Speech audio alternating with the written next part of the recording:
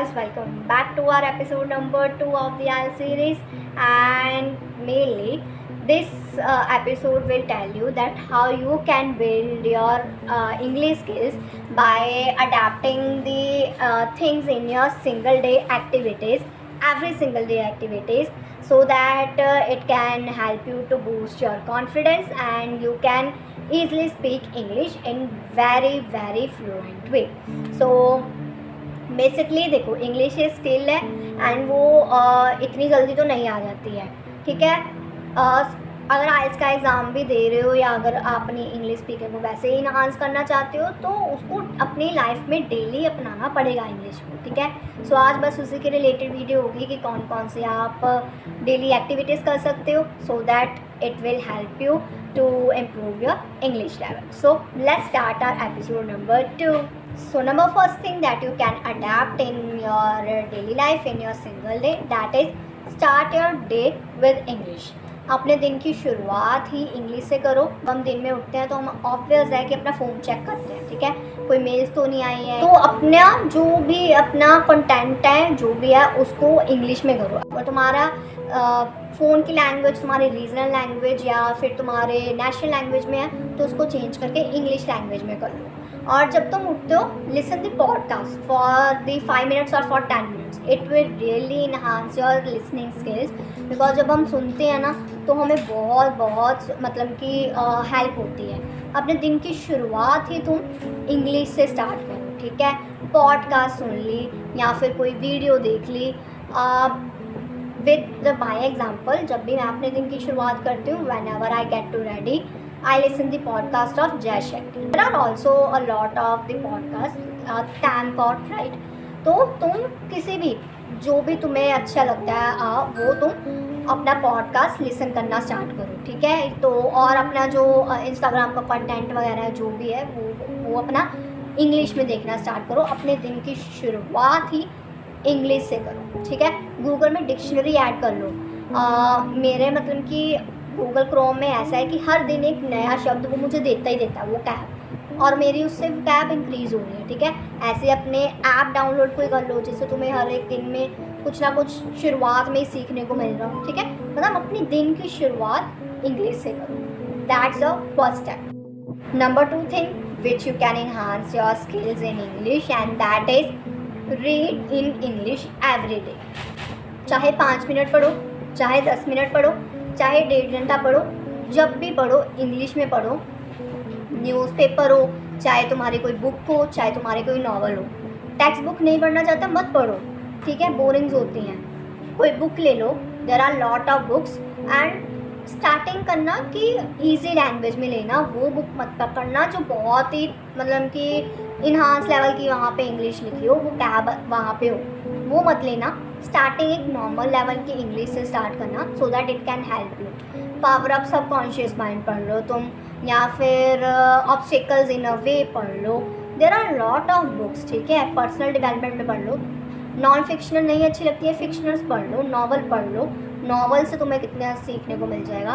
There are a words in the novel. So अपना मतलब read करना स्टार्ट करो। न्यूज़पेपर चाहे 5 मिनट उसकी हेडलाइंस पढ़ लो, ट्रिब्यून में से या जिसमें मर्जी, बट कोशिश करो रीड करो। क्योंकि जब आइल्स में हम जाते हैं ना तो आइल्स में बच्चे बहुत ज़्यादा रीडिंग में फंस जाते हैं। क्यों? क्योंकि उन्होंने अपनी टेक्स्ट बुक्स पढ़ी होती हैं, पर टेक्स्ट बुक्स बोरिंग होती है इसलिए वो 1 to 1 लाइन नहीं पढ़ते हैं। बट हमें रीडिंग आइल्स में करनी पड़ती है, तो वहाँ पे बच्चों के बैंड्स जो हैं वो डिटेक्ट हो जाते हैं। सो मतलब ये ऐसा करो कि अपनी रीडिंग इन्हांस करो कि मैंने 1.5 घंटा या आधा घंटा फॉर द 30 मिनट्स मैंने पढ़ना है। Number 3rd thing is that listen the English content.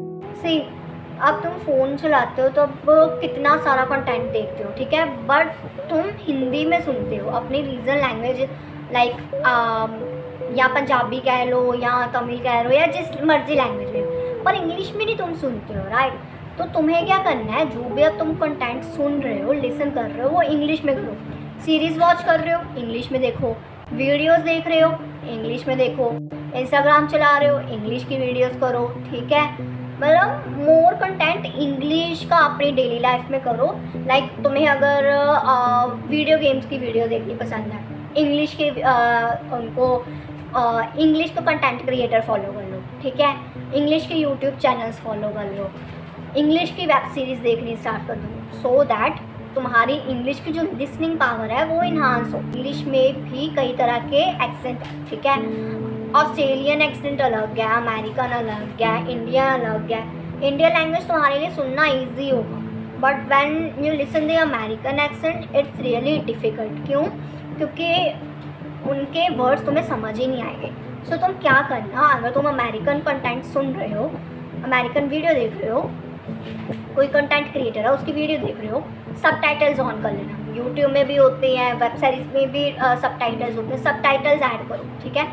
Subtitles add कर रहे हो, सबटाइटल्स को देखो, फिर वीडियो देखो। सबटाइटल्स करके आफ्टर दैट उसकी मीनिंग सर्च करो कि यार क्या था, इसने क्या बोला, क्या, ठीक है। It will really enhance your vocab plus it really enhance your listening power.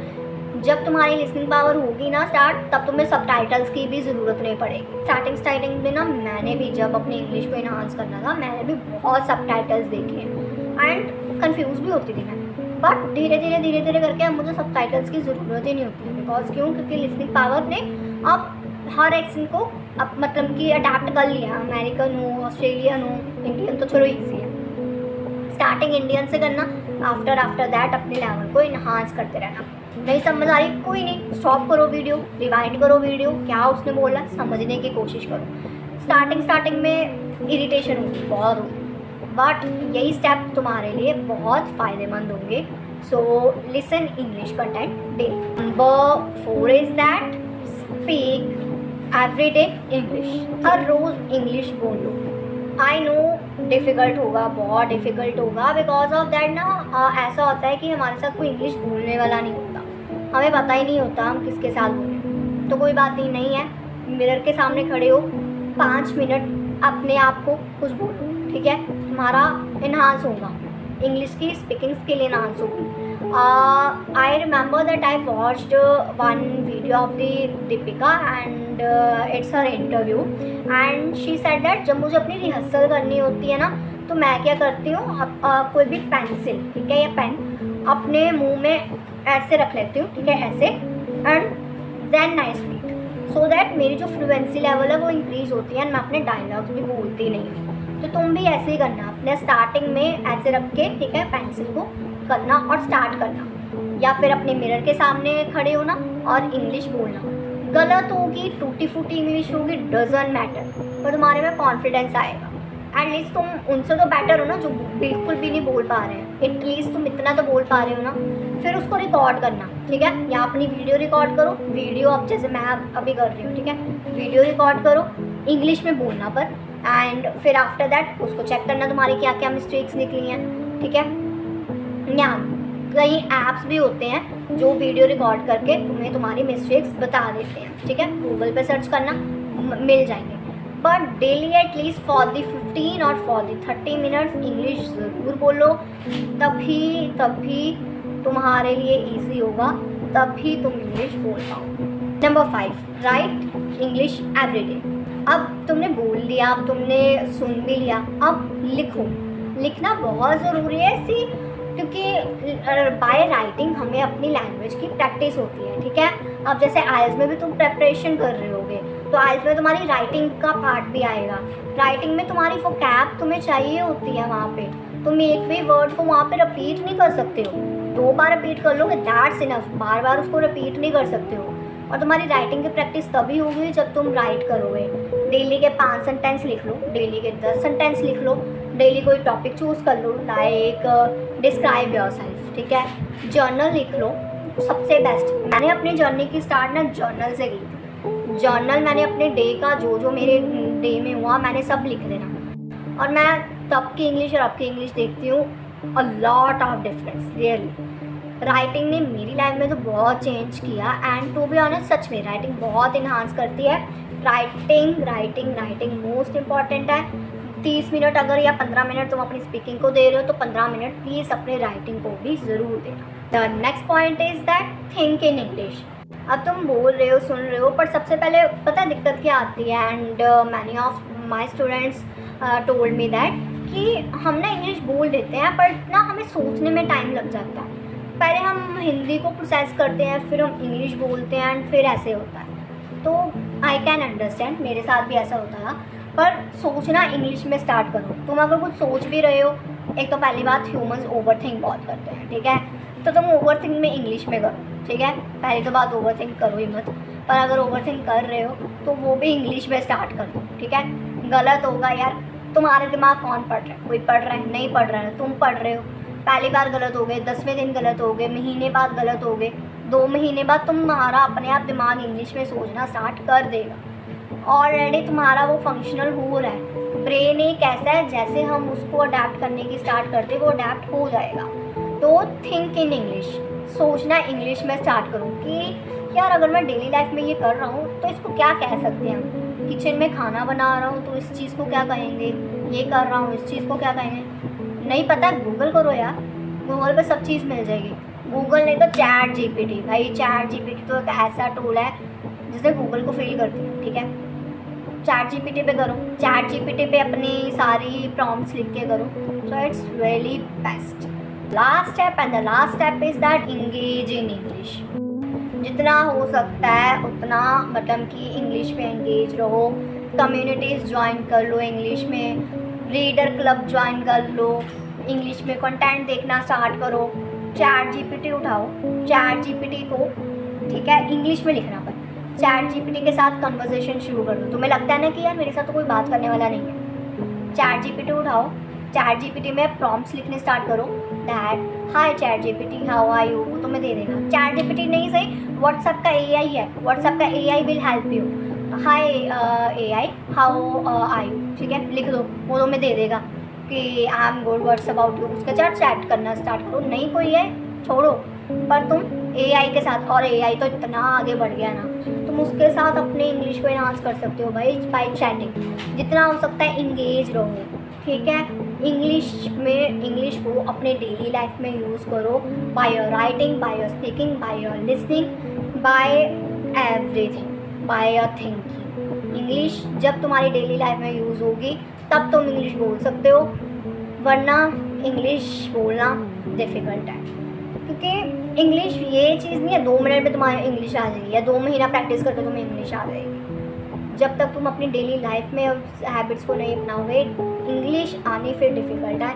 फिर तो वो क्रैमिंग वाला ही सीन हो जाएगा तुम्हारा, रट्टा। और बाय माय पर्सनल एक्सपीरियंस, रट्टा या क्रैमिंग सबसे बुरी आदत है, वो 2 दिन में भूल जाती है। Till 10th I was that student who cram all the things, I know that, but cramming is not the best thing. चीज़ों को समझो और अपनी डेली एक्टिविटीज़ को इंगेज करो इंग्लिश में ना। This is the end of this video, hope it will help you. And अगर कोई भी और दिक्कत है तो कमेंट सेक्शन में ज़रूर बताना कि क्या प्रॉब्लम आ रही है एंड कैसे तुम नई इंग्लिश बोल पा रहे हो। I will help you, but अपनी लाइफ में इंग्लिश बोलना स्टार्ट करो, it will really enhance you. I know कि कहते हैं कि भाई ये तो इंग्लिश जा रहा है तो बहुत ही मतलब कि कर रहा है एंड कितना एटीट्यूड है इसमें, but English will really enhance your confidence, boost your confidence. जिस मर्जी कंपनी में चले जाओ, जिस मर्जी में तुम कर लो। ये मैं सिर्फ आइल्स के लिए नहीं बता रही हूँ कि आइल्स में इंग्लिश हेल्प करेगी। इंग्लिश तुम्हारे हर पार्ट, तुम्हारी लाइफ के हर पार्ट में हेल्प करेगी। तुम्हें इंटरव्यूज़ देने में, तुम्हारे पब्लिक स्पीकिंग में, इंटरव्यूज़ भी अब तो इंग्लिश में होती हैं। कितनी कंपनीज़ मैंने देखी हैं जो रिजेक्ट कर देती हैं because they are multinational companies. वो कहते हैं तुम क्लाइंट के साथ कैसे डील करोगे, तुम्हें इंग्लिश आनी चाहिए ना। So it will really help you. और धीरे धीरे, by slowly take 1 step at a time, तुम्हारी इंग्लिश इन्हांस होगी। स्ट्रेस मत लेना ज़्यादा, बट डेली 1 स्टेप ज़रूर लो and it will really help you. So hope it will help you and for today it's the end of this video. Bye bye.